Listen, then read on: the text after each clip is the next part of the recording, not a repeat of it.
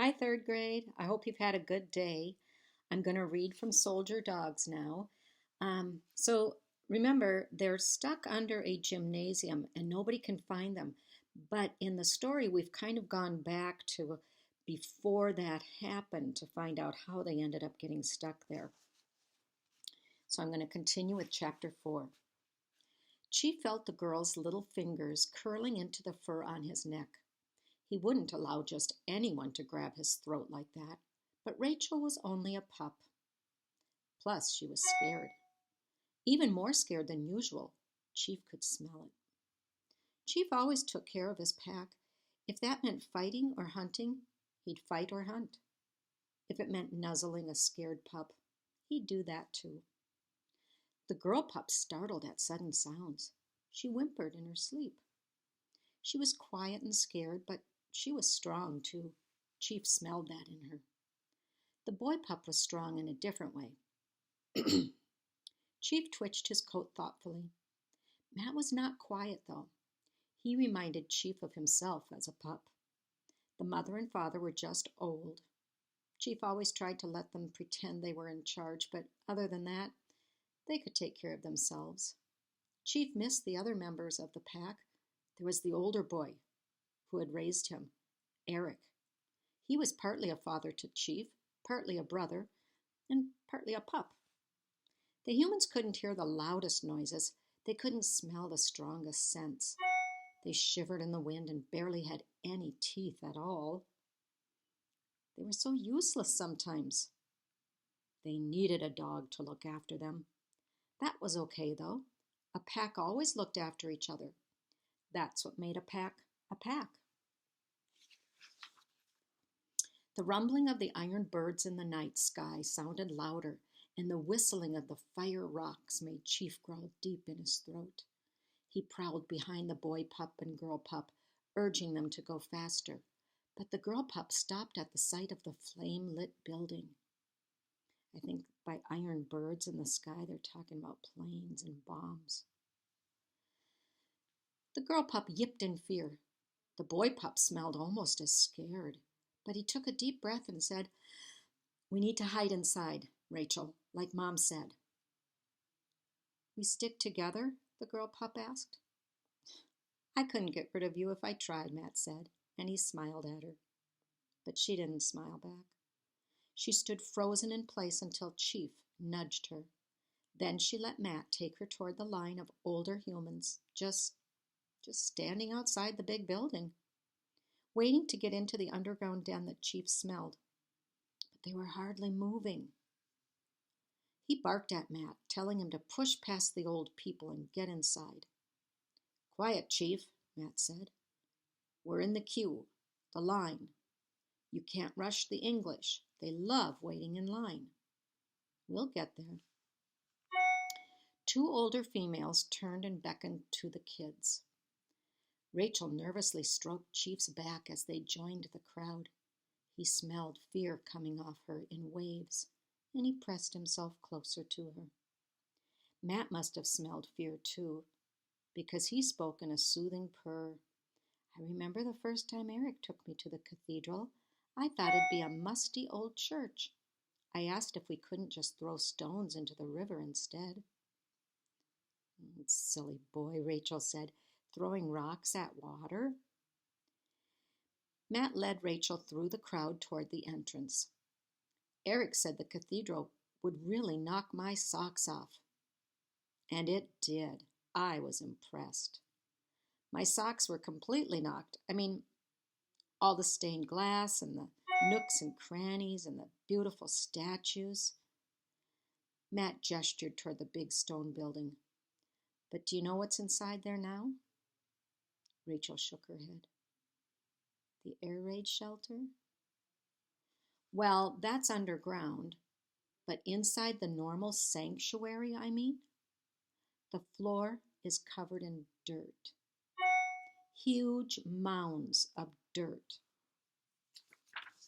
Like the biggest sandbox in the world. Heaped inside this ancient cathedral. I laughed when Mom showed me."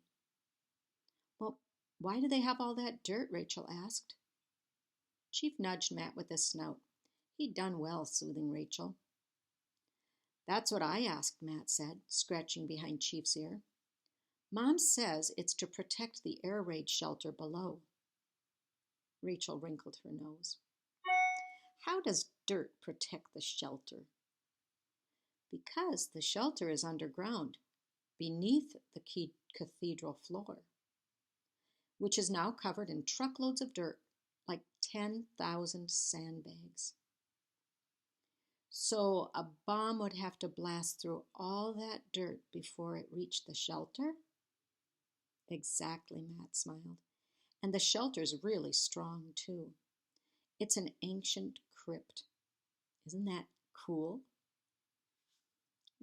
What's a crypt? Matt paused. Oh, just like a really safe cellar.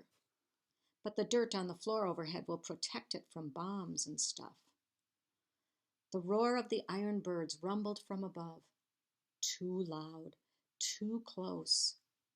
Chief barked again and lunged forward, opening a path to lead Matt and Rachel through the crowd. A shriller whistle sounded as a fire rock plunged from the sky. Chief needed to get the kids inside. He needed to keep them safe. That's the end of that chapter. I wonder if you'd like to hear another chapter.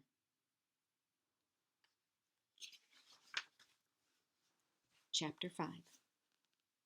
Sorry, Matt told the people in the crowd as he followed a lunging chief toward the crypt. Sorry. The startled British faces around him looked angry at first, and then they realized that Matt and Rachel were just kids, and they hustled them toward the door. Shake a leg, Rachel, Matt said. She peered at him. Shake my leg? It means hurry, he explained, pulling her forward. The sound of the German airplanes faded when Matt and Rachel rushed inside the stone doorway. The adults pointed to a stairwell leading underground toward the crypt, which wasn't actually just a deep cellar like he'd told Rachel. It was more like an indoor cemetery. In the old days, they had buried people there. When Matt first heard about the crypt, he'd imagined cobwebs and skulls and creepy old tombs, but it wasn't like that at all. Instead, it was a huge rectangular room with rows of stubby stone columns. Lanterns cast a yellow glow on the dozens of people in the room. More arrived every minute, some carrying blankets and pillows and thermoses. One old man had even brought a sandwich. At Matt's knee, Chief gazed at the sandwich and wagged his tail hopefully. The old man didn't seem to mind, but Matt noticed other people giving Chief dirty looks. There hadn't been enough food for the people of Britain during the war years, much less for the dogs. The government only allowed every family a couple of ounces of sugar and butter and cheese each week, and a few pounds of meat. In fact, Matt had heard that dogs weren't really allowed in air raid shelters. Nobody said anything to him, but he could tell they were looking at him. He wasn't about to leave Chief outside in the middle of a bombing. Come on, Chief, Matt muttered. He slunk toward a dark corner of the crypt where nobody would notice them. Rachel followed, of course. Where's your mother? She asked, tugging nervously at her braid. Oh, she'll be here, Matt said, and he leaned against a column to watch the entrance. It is not good to be away from the parents, Rachel said.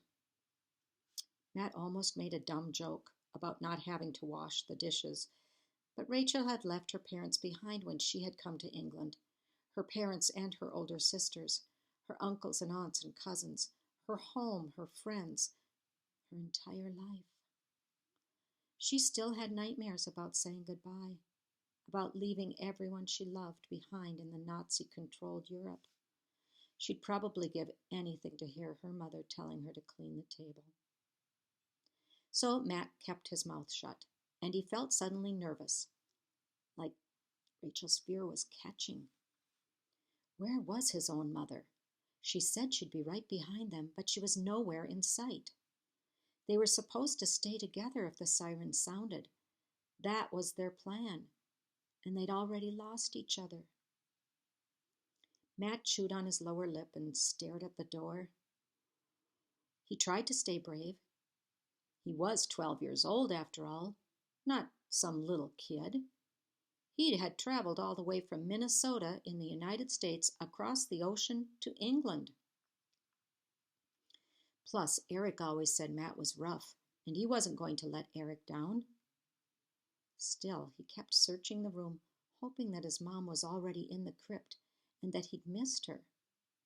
Strange scrapes echoed, voices murmured, and lantern light flickered creepily.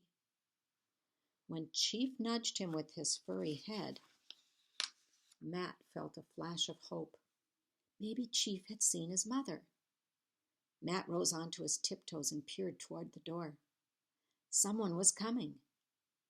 But when Matt caught a glimpse of the person through the crowd, he deflated. It wasn't his mother. Instead, a bearded man in pajamas stepped into the shelter and shouted, "The bombers are getting closer."